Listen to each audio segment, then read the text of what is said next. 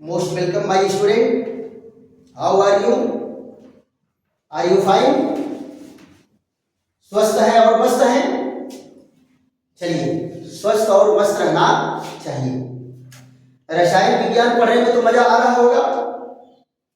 आज का क्लास हम लोगों का 10वीं का क्लास है और बार बार आप लोगों को बताते हैं कि नॉलेज के लिए कहीं क्लास डिवीजन नहीं होता, कहीं सेक्शन डिवीजन नहीं होता।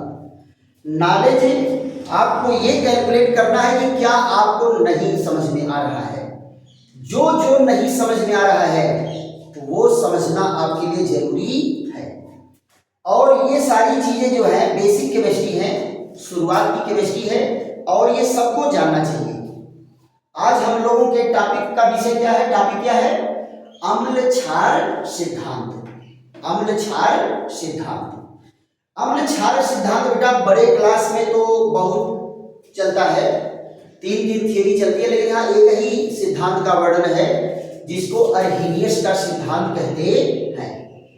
अर्हीनियस के सिद्धांत के अनुसार क्या कहा गया है कि वे सारे के सारे यौगिक जो किसी रासायनिक संयोग में या अपने विलयन में H पॉजिटिव आयन देते हैं वो अम्ल कहलाते हैं और जो OH नेगेटिव आयन देते हैं वो क्षार कहलाते हैं।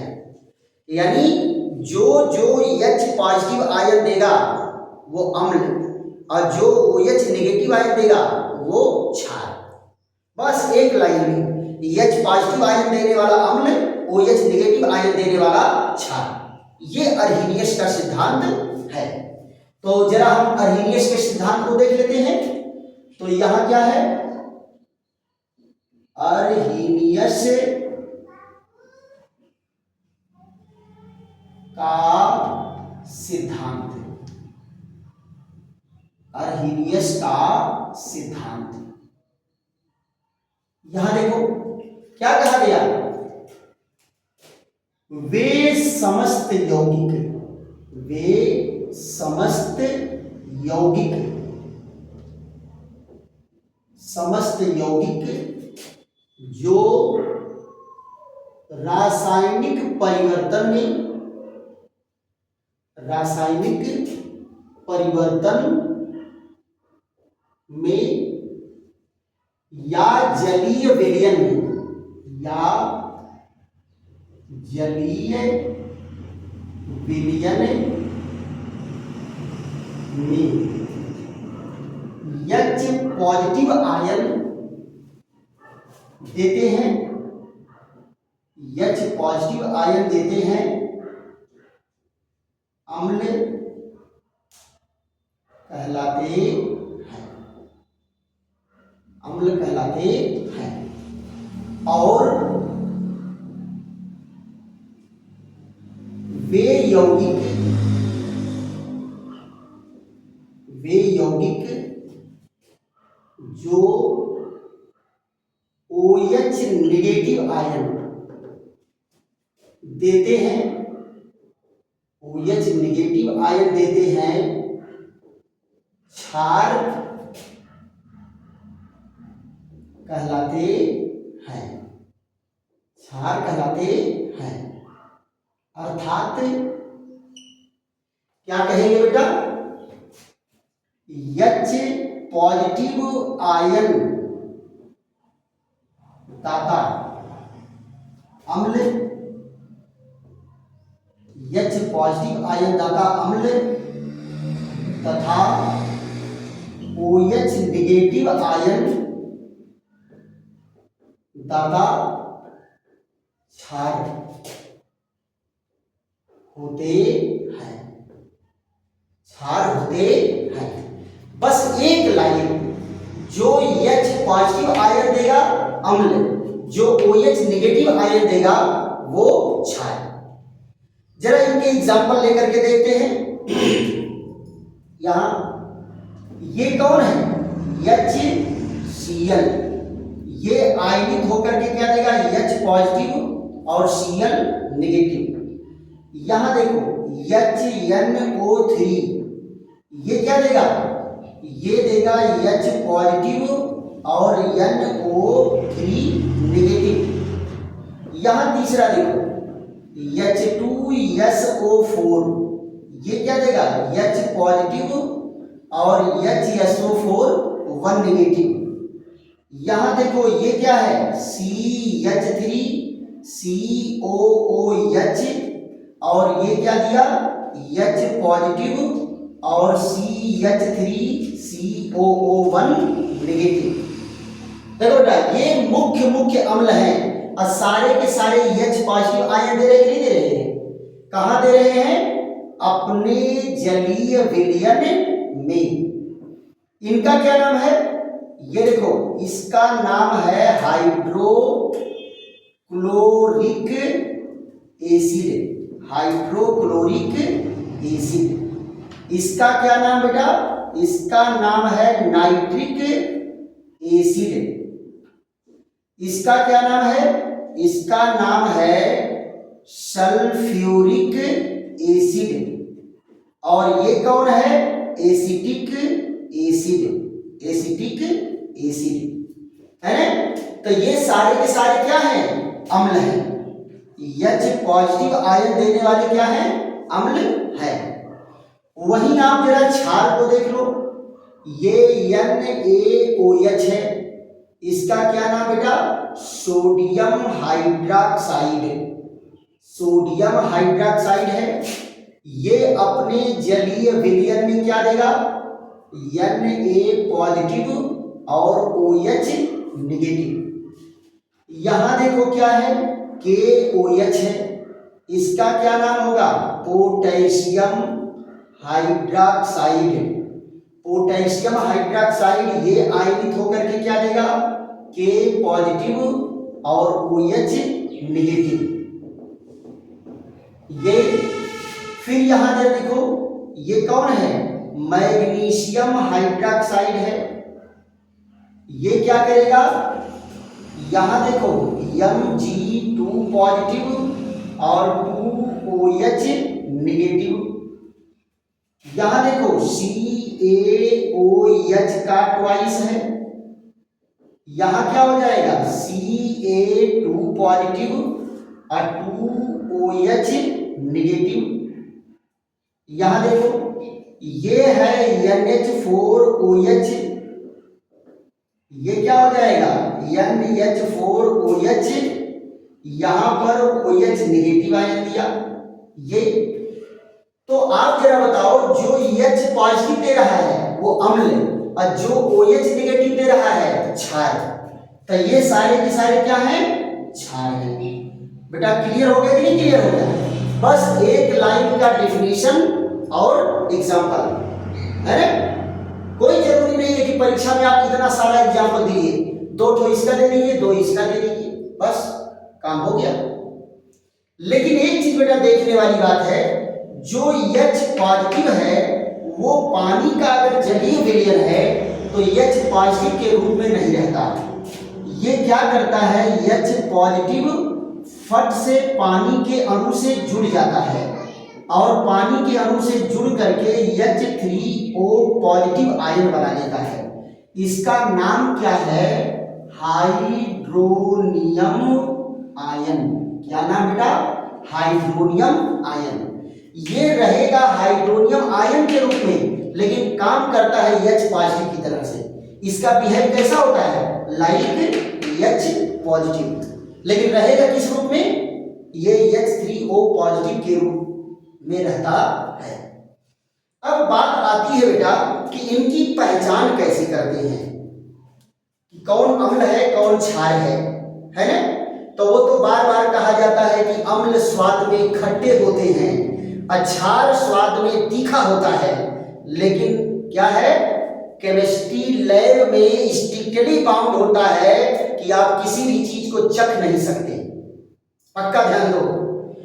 आप भी ये सपना छोड़ देना कि अब तो देखो सबसे बड़ी आश्चर्य वाली बात यह है कि एक बच्चे को मैं पढ़ा रहा था और कह रहा था कि टेस्ट करना है, टेस्ट करना है। इसका टेस्ट जो है ब्लू कलर आता है, इसका टेस्ट जो है रेड कलर आता है। तो बहुत परेशान हो गया टेस्ट सुन के। तो कहा सर टेस्ट कैसे करते हैं? जिभिया से। हम कहे गजब की कहानी है। केमिस्ट्री लैब में बेटा this point to be noted, आप हमेशा इसको नोट कर लो। केमिस्ट्री लैब में कोई चीज अपनी जीभ से नहीं चखा जाता है, यहां तक कि किसी केमिकल को हाथ से भी नहीं छुआ जाता है। सबके लिए ऑपरेटर्स आते हैं, टेस्ट ट्यूब पकड़ो होल्डर से, केमिकल डालो चिम्मच से, छोटा छोटा चिम्मच आता है उससे डालो, बॉटल को मजबूत हाथ से पकड़ो, केमिकल भी हाथ के संपर्क में नहीं आना चाहिए। सारी चीजें जो है प्रिकॉशन होती हैं। तो आप लैब में किसी चीज को चखेंगे नहीं तो कैसे पता चलेगा कि अम्ल खट्टा होता है? अजी तुम लोग कुछ चीज पहले से खाए हुए हो इसलिए वो रहता है उसमें अम्ल है, यानी खट्टी चीज पहले खाए हो और खोज बाद में हुआ है कि इसमें ये अम्ल पाया गया। देखो सिरका आप पहले से खा रहे हो, सिरका पहले से खा रहे हो, बाद में ये खोज हुआ कि सिरका में एसिटिक अम्ल पाया जाता है। क्या पाया जाता है? एसिटिक अम्ल। इमली तुम पहले से खाए हो, इमली में बाद में खोज हुआ चलो इसमें टाइटेनिक अम्ल पाया जाता है। टमाटर तुम लोग खूब खाए हो, टमाटर खट्टा लगता है ना, उसमें ऑक्सैलिक अम्ल पाया जाता है। तो ये चीजें तो यहां पर आपको लैब में टेस्ट नहीं करना है, तो इसको कैसे परीक्षण करते हैं? सूचक होते हैं बेटा। कौन होते हैं? सूचक। इनको टेस्ट करने के लिए कौन होता है? सूचक होता है इंडिकेटर। कौन होता है बेटा? इंडिकेटर। सूचक क्या होते हैं? प्रश्न ये उठता है कि सूचक क्या होते हैं? तो नाम से ही पता चल रहा है, सूचक माने सूचना देने वाला।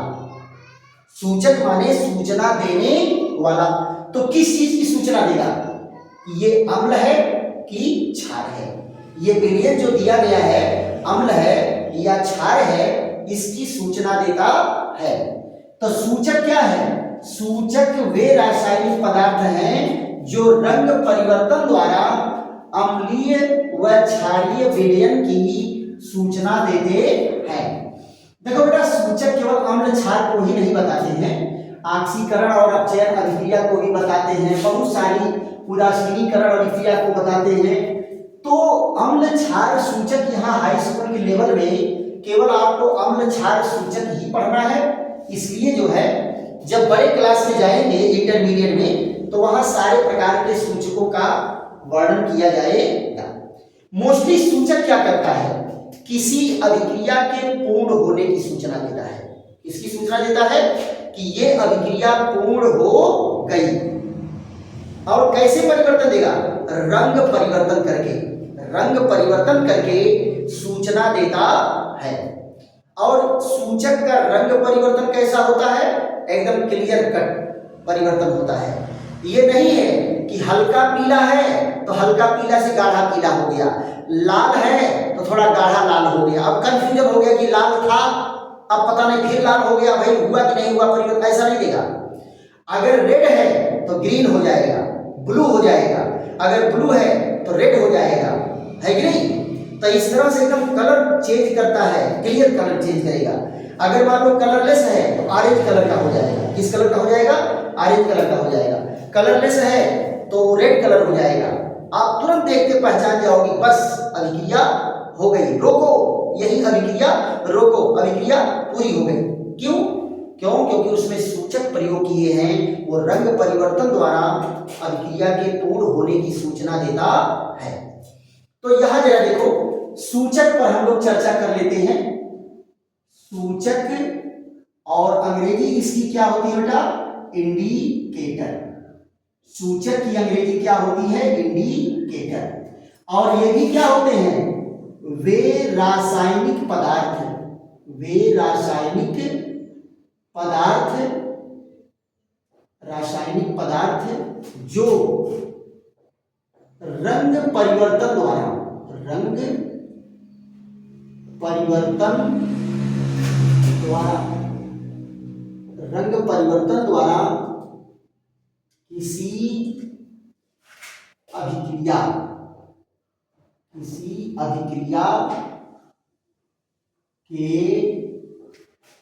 पूर्ण, किसी अभिक्रिया के पूर्ण होने की सूचना देते हैं। अभिक्रिया के पूर्ण होने की सूचना देते हैं। क्या बेटा? वे रासायनिक पदार्थ जो रंग परिवर्तन द्वारा किसी अभिक्रिया के पूर्ण होने की सूचना देते हैं सूचक कहलाते हैं। सूचक कहलाते हैं। सूचक कहलाते हैं। सूचक बेटा कौन कौन है? जैसे लिटमस,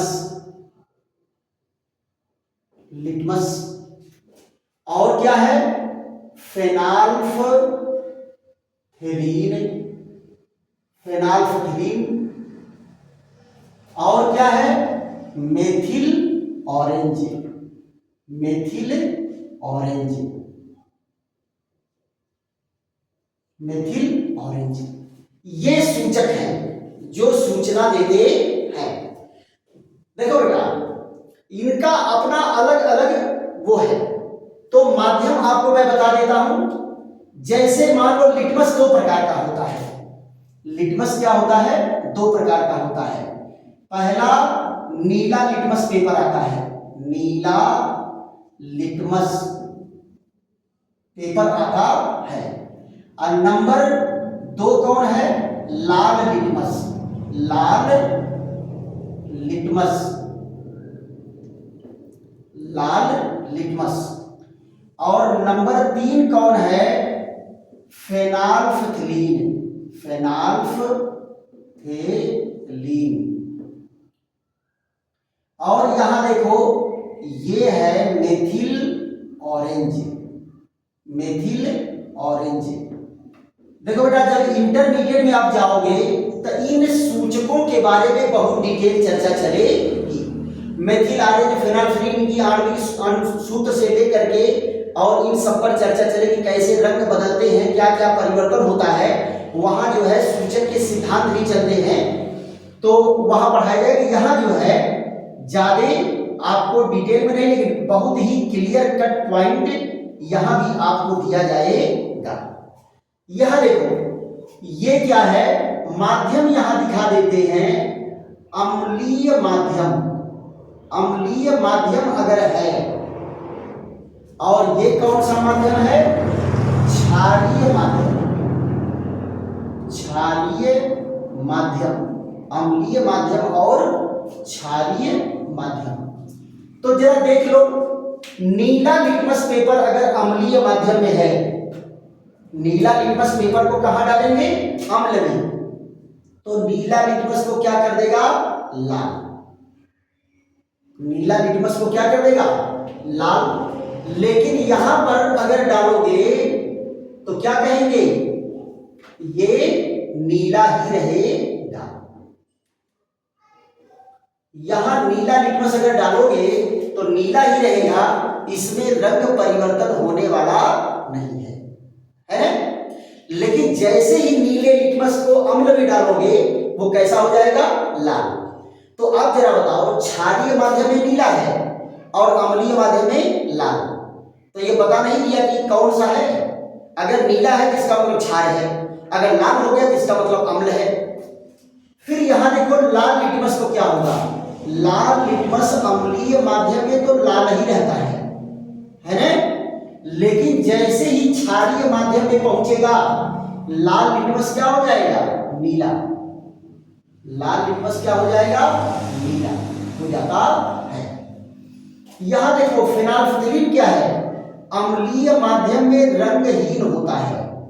अम्लीय माध्यम में कैसा होता है? रंगहीन। लेकिन क्षारीय माध्यम में क्या हो जाएगा? गाढ़ा लाल रंग। क्षारीय माध्यम में क्या हो जाता है? गाढ़ा लाल रंग देता है। फेनोल्फथालीन बेटा अम्लीय माध्यम में है तो रंगहीन, क्षारीय माध्यम जैसे ही चेंज होगा गाढ़े लाल का हो जाएगा। और अगर मान लो गाढ़ा लाल रंग का है फेनोल्फथालीन और अगर रंगहीन हो गया तो इसका मतलब क्षारीय माध्यम से अब अम्लीय माध्यम में चला गया है। यहां देखो मेथिल ऑरेंज, मेथिल ऑरेंज क्या होता है? ये गाढ़ा नारंगी रंग देता है, गाढ़ा नारंगी रंग देगा। कहां? अम्लीय माध्यम में। और क्षारीय माध्यम में क्या होगा? रंगहीन होगा या हल्का रंग देता है। तो इस तरह से बेटा क्या है, सूचक अम्ल क्षार की पहचान करने में प्रयुक्त किए जाते हैं। आपके लैब में बेटा बहुत सारे अम्ल हैं और लिटमस पेपर भी आता है। अगर आप लिटमस पेपर से आप उसका टेस्ट करना चाहोगे तो इजीली आप टेस्ट कर सकते हो। उसके लिए क्या करना है, सारे अम्लों को इकट्ठा कर लीजिए और सारे क्षार को इकट्ठा कर लीजिए और लिटमस पेपर डाल करके टेस्ट करके प्रयोग करके आप देख सकते हो कि कौन है। लाल लिटमस को बेटा जब भी आप क्षार में डालोगे तो वो नीला कर देगा। लाल लिटमस को जब भी क्षार में डालोगे क्या कर देगा, नीला कर देगा। और नीले लिटमस को जब भी अम्ल में डालोगे तो लाल कर देगा। क्या कर देगा, लाल कर देगा। दोनों लिटमस पेपर आता है कि नहीं। या आप उसी लिटमस पेपर को अम्ल में डाले लाल हो गया, फिर उसको उठा करके क्षार में डालोगे फिर नीला हो जाएगा। तो इस तरह से ये प्रयोग की चीजें हैं, आप लैब में इसका प्रयोग कर सकते हैं। तो ये क्या है, अम्ल और क्षार क्या होते हैं, आर्हेनियस का सिद्धांत हो गया। और सूचक क्या होता है इसके बारे में भी आपको बता दिए, सूचक क्या होता है और सूचक कैसे अम्लीय और क्षारीय माध्यम में अपना कलर चेंज करते हैं इसके बारे में चर्चा हुई। अब कुछ बेटा जो होते हैं गंधीय सूचक होते हैं, उस पर अगले वीडियो में हमारी आपकी चर्चा चलेगी।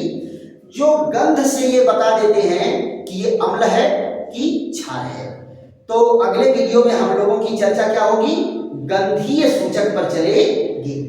आशा है कि आप लोगों को खूब समझ में आया होगा, और अगर समझ में आया है तो इसको लाइक करिए, शेयर करिए, सब्सक्राइब करिए और लाइक भी करिए और कमेंट भी करिए। थैंक यू, धन्यवाद।